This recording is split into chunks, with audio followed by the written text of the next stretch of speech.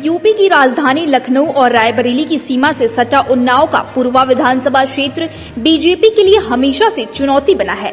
साल 1951 से अब तक 17 बार चुनाव हो चुके हैं, लेकिन बीजेपी एक बार भी पूर्वा विधानसभा पर अपना विजय पताका नहीं फहरा पाई है।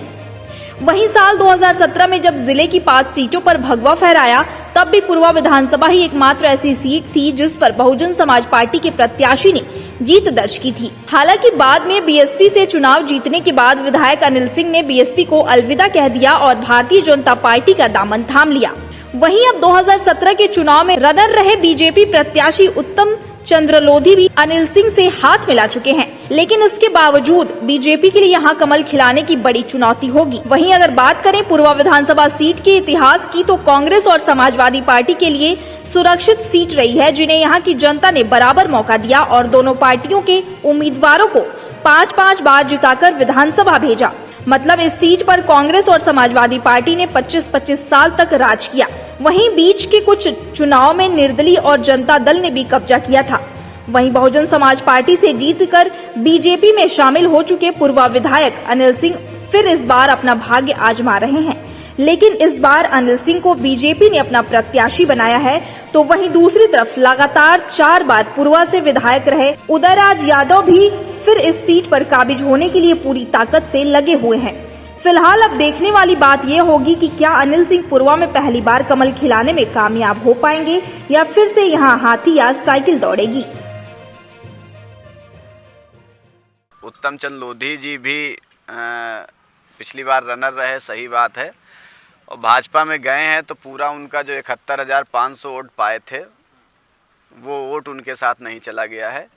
और जैसे अनिल सिंह जी 97,000 वोट पाए थे तो वो बसपा को वोट पाए थे, बसपा के नाम पे वोट पाए थे, और उन्होंने हमारे क्षेत्र के दलित भाइयों को, बसपा के वोटरों को ठगने का काम किया है और वो सारा वोट उनसे खिसक चुका है। और रही बात उत्तम चंद लोधी जी के जाने की, तो उनका भी कोई जनाधार नहीं है। वो किसी पार्टी की राजनीति या पार्टी में टिक के राजनीति करने लायक नहीं है। वो पहले, आपको याद होगा, 17 में पहले भगवंत नगर से बसपा से टिकट मांग रहे थे, वहाँ बात नहीं बनी, पूर्वा आ गए, भाजपा से टिकट लेके आ गए, चुनाव हार गए। अनिल सिंह जी भाजपा में चले गए तो बौखलाहट में टिकट कटने के चक्कर में सपा में आ गए। माननीय राष्ट्रीय अध्यक्ष जी ने सर्वे कराया समाजवादी पार्टी का, उदयराज यादव जी यहाँ मजबूती से चुनाव लड़ रहे थे, जीत रहे हैं, उनका टिकट कटा तो फिर वापस भाजपा में चले गए। तो ये राजनीति करने नहीं आए हैं या क्षेत्र में किसी की सेवा करने नहीं आए, ये विधायक बनने आए हैं, अपनी अपनी दुकान सजाने आए हैं, सही मायने में अगर कहा जाए। देखिए, अब की रनर और विनर दोनों एक साथ हो गए तो समझिए ताकत दुगनी हो गई। सामने वाले जिस तरीके से वोट मांग रहे हैं लोगों से कि साहब वोट दे दियो सरकार, हमारा आखिरी चुनाव है, तो हताशा आपको पता ही चल रही होगी। कहीं कोई अंत होता है किसी चीज़ का? मुझे लगता है कि आखिरी का कहीं कोई अंत नहीं है। हमारे गुरु माननीय पंडित हृदय नारायण दीक्षित जी अभी भी कह रहे हैं कि हमका टिकट दो, हम लड़ेंगे। तो ये हौसला होना चाहिए, और ये भी कह रहे हैं कि आखिरी चुनाव हमको दो, तो आपको हताशा नजर इनकी आ रही होगी। इन्होंने काम तो कोई किया नहीं। अभी आपने कहा टिप्पणी की थी परिवारवाद की, 100% क्या कहना चाहते हैं? परिवारवादी पार्टी है। आज अगर परिवारवादी होती ना, एक विशेष मानसिकता पे ना चलती, तो क्या उत्तम चंद लोधी को टिकट नहीं देती? लड़ाना चाहिए था।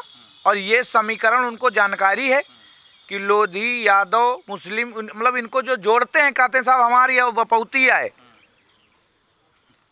काहे काट दिए?